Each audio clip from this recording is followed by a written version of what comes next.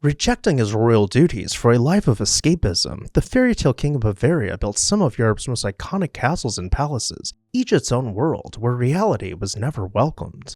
Hi everyone, Ken here. Today we're uncovering the mini palaces of King Ludwig II. Hit that subscribe button and let's explore this house.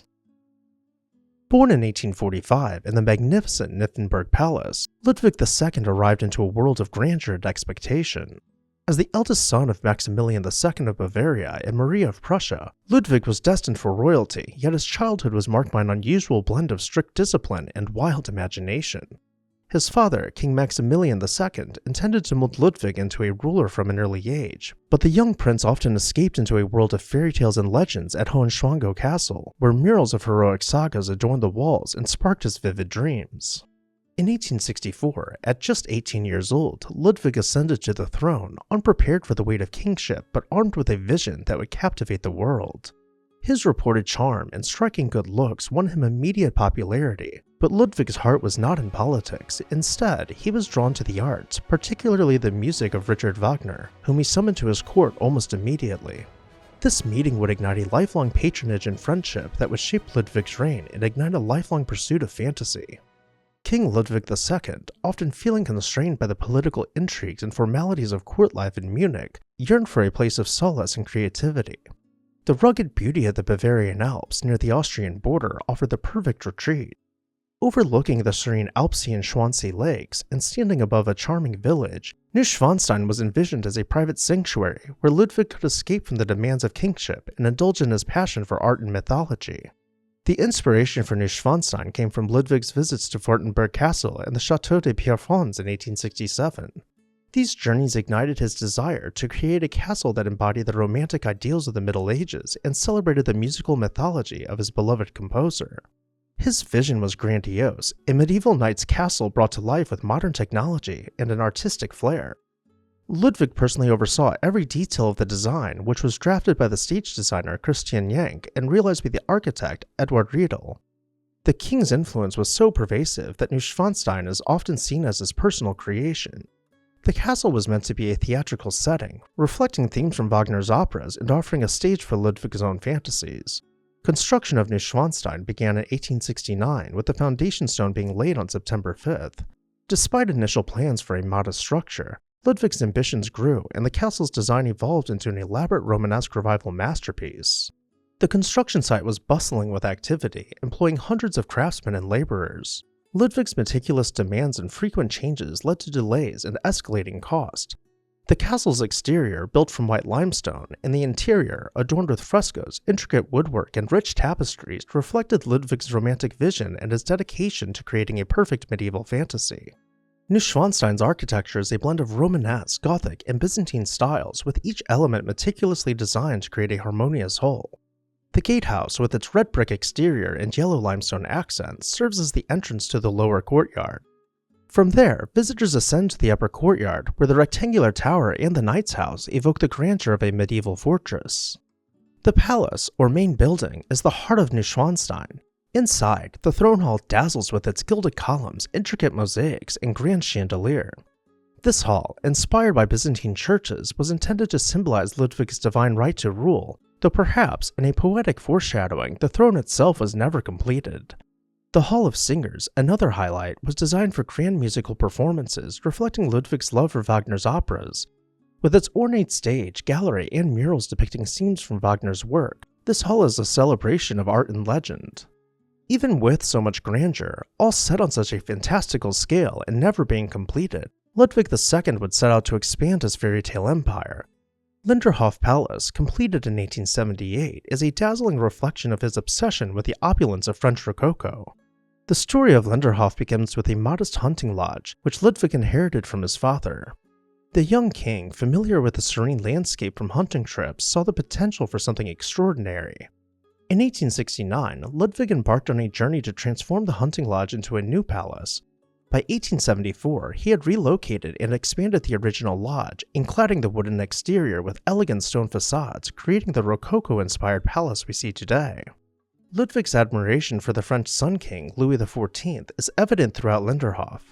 The palace's design, though on a smaller scale, draws inspiration from the opulent grandeur of Versailles.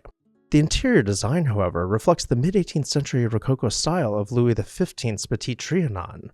Everywhere, the sun motif, symbolizing absolute power, can be found, echoing Ludwig's ideal for a divine monarchy. Despite its grandeur, Linderhof has an intimate, almost private atmosphere. The palace contains only 4 rooms with specific functions, a masterpiece of design and opulence, though the true magic of the site lies beyond the palace's walls. The gardens surrounding Linderhof are considered masterpieces of garden design, blending Renaissance and Baroque formal elements with the natural beauty of the English landscape garden. Designed by court garden director Karl von Effner, the gardens are divided into sections adorned with allegorical sculptures representing the continents, the seasons, and the elements. One of the most enchanting features of Linderhof's park is the Venus Grotto, an artificial cave inspired by the first act of Wagner's Tannhäuser. Built between 1875 and 1877 under the direction of an opera set designer, the grotto features a shell-shaped boat, a waterfall, and a rainbow projection device. Ludwig would be rowed around the grotto's artificial lake while musicians played Wagnerian motifs, creating an immersive, otherworldly experience. Hunding's hut, inspired by Wagner's Die Walküre, and German's hermitage from Parsifal are other fantastical structures within the park. These rustic buildings allowed Ludwig to live out scenes from his favorite operas celebrating Germanic legends and medieval chivalry. Reflecting on Ludwig's fascination with the exotic, the Moorish kiosk and Moroccan house add an oriental flair to Linderhof's landscape. The Moorish kiosk, with its stunning peacock throne, and the Moroccan house, originally built for the Vienna International Exhibition, were both reassembled in the park, providing Ludwig with even more imaginative retreats. Now with 2 palaces under construction, the king wanted to outdo even the most impressive palaces in Europe by creating a replica of the Palace of Versailles, but on a larger scale. In the serene waters of the Chiemsee Lake, nestled in the heart of Bavaria, lies Herreninsel, an island shrouded in history and grandeur. Once the site of a humble Augustinian monastery, this island was destined for transformation once Ludwig acquired it in 1873. His vision was to create a monumental homage to his idol, King Louis XIV of France. Thus began the story of Herrenchiemsee Palace, the grandest and last of Ludwig's architectural dreams. Ludwig's fascination with the Palace of Versailles was no secret. In 1867, he traveled to France, yearning to see the splendor of Versailles.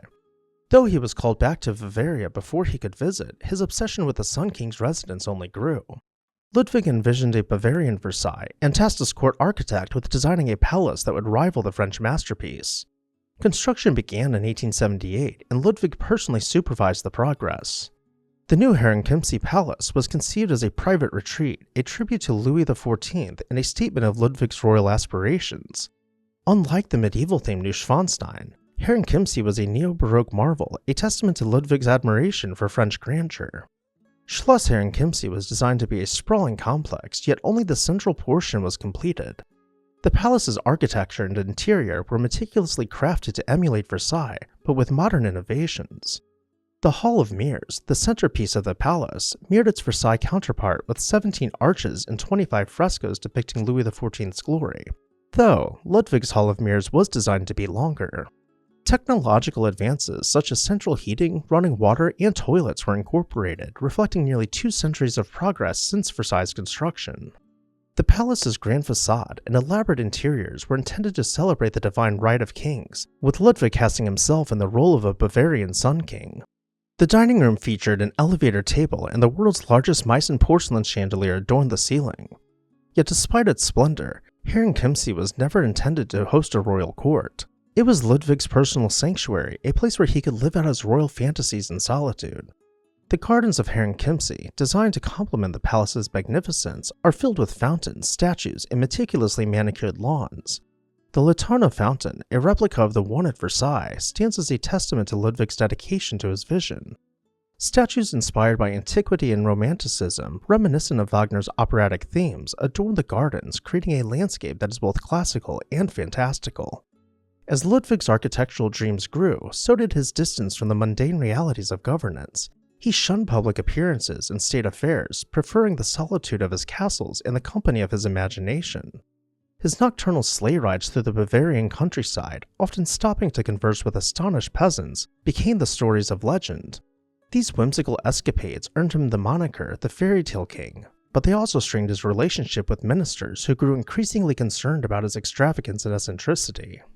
By 1885, Ludwig's relentless spending had plunged him into deep debt. Desperate and alarmed, his ministers sought a way to depose him. They conspired to declare Ludwig insane, presenting a dubious medical record that concluded that he was unfit to rule. On June 10, 1886, a government commission arrived at Neuschwanstein to deliver the deposition order. Forewarned, Ludwig had the castle guarded, and the commissioners turned away at gunpoint. The castle, which once felt like a sanctuary, now became a fortress against his own government.